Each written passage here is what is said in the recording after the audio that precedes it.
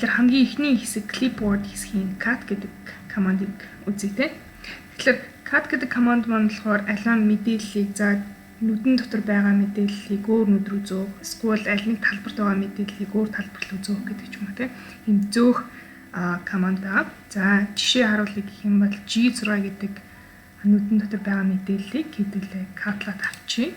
За cut гэдэг товчон дээр команд дээр дарангууд хажуу талын paste гэдэг команд нь итгэж байгааг та бүхэн харж байна те. Тэгэхээр paste гэдэг маань энэ G6 гэдэг мэдээллийг одоо жишээлбэл C6 гэдэг нүд рүү зөөхийн тулд за энэ хэсгээр очиод paste гэдгийг дарж те.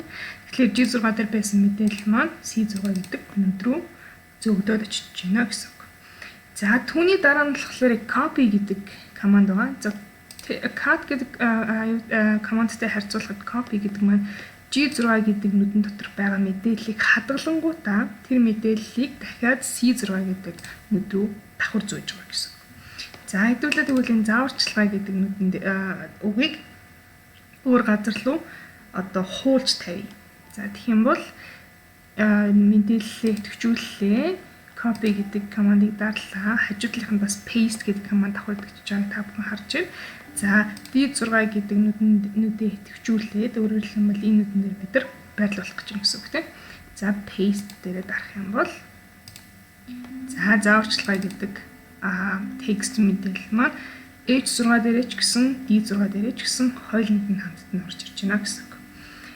За дараагийнх нь команд маань болохоор format painter гэдэг команд байна. За энэ маань юу вэ гэхээр одоо альва мэдээллийн харагдах байдал буюу форматыг нь хуулж тавьдаг энэ команд байгаа гэсэн үг. За магадгүй текст мэдээлэл гэдэг мэдээлэл одоо өгөгдлийг хэдүүлээ том мэдээлэл гэдэгтээ яг ижлэхнээр ижлэх өнгөтэй болгоё гэж бодъё тийм. Тэгэх юм бол том мэдээлэл гэдэг G7 гэдэг нүдийг идэвхжүүлээд за бид format painter гэдэг командн дээрээ дараад за үүнийг одоо C6 дээр байгаа текст мэдээлэл дээр очиж дарах юм бол яг ижлэх өнгөтэй болж байгаа гэсэн үг тийм. За үүн дээр дахиад нэг жишээ авах юм бол энийгээ бид хэдүүлээ арай өөр өнгөтэй буюу текстийн улаан өнгөтэй болгоч. За тэгвэл текст мэдээлэл гэдгийг яг том мэдээлэл гэдэгтээ ижлэхэн болгоё гэх юм бол хэдүүлээ G7 гэдэг нүдэн дээрээ дараад format painter дээр дараад энэ команд дээрээ дараад тэгээд хаана ямар мэдээллийг ижлэхэн болгож байгаа гэдэг дээрээ очиод дарахаар яг ижлэхэн болж байна гэсэн үг тийм. За та бүхэн анзаарсан бол copy гэдэгтээ бас одоо идэвхжүүлээд орохоор за шилхэн бол ингээд орохоор paste гэдгийн доотлын зураасыг нь дарангууд маш олон сонголтууд гарч ирж байна тийм. За энэ нь юу гэсэн үг юм бэ гэхээр яг одоо энэ G6 гэдэг нүдэн дотор байгаа мэдээллийг яг байгаагаар нь хуулаад тавих уу? Эсвэл энэ одоо нүдэн дотор байгаа зөвхөн формулагийг нь хуулаад тавих уу? Эсвэл одоо яг форматтай зөвхүүлээд тавих уу? Эсвэл бүр зураг хэлбэрт оруулаад хуулаад тавих уу гэдэг ч юм уу те. Эсвэл ямар нэгэн байдлаар линк оруулсан бол тэр линкийг хадгалах уу гэдэг энэ сонголтуудыг энэ одоо юунаас командын дотроос paste хийх буюу хуулж тавихтай бид авах боломжтой.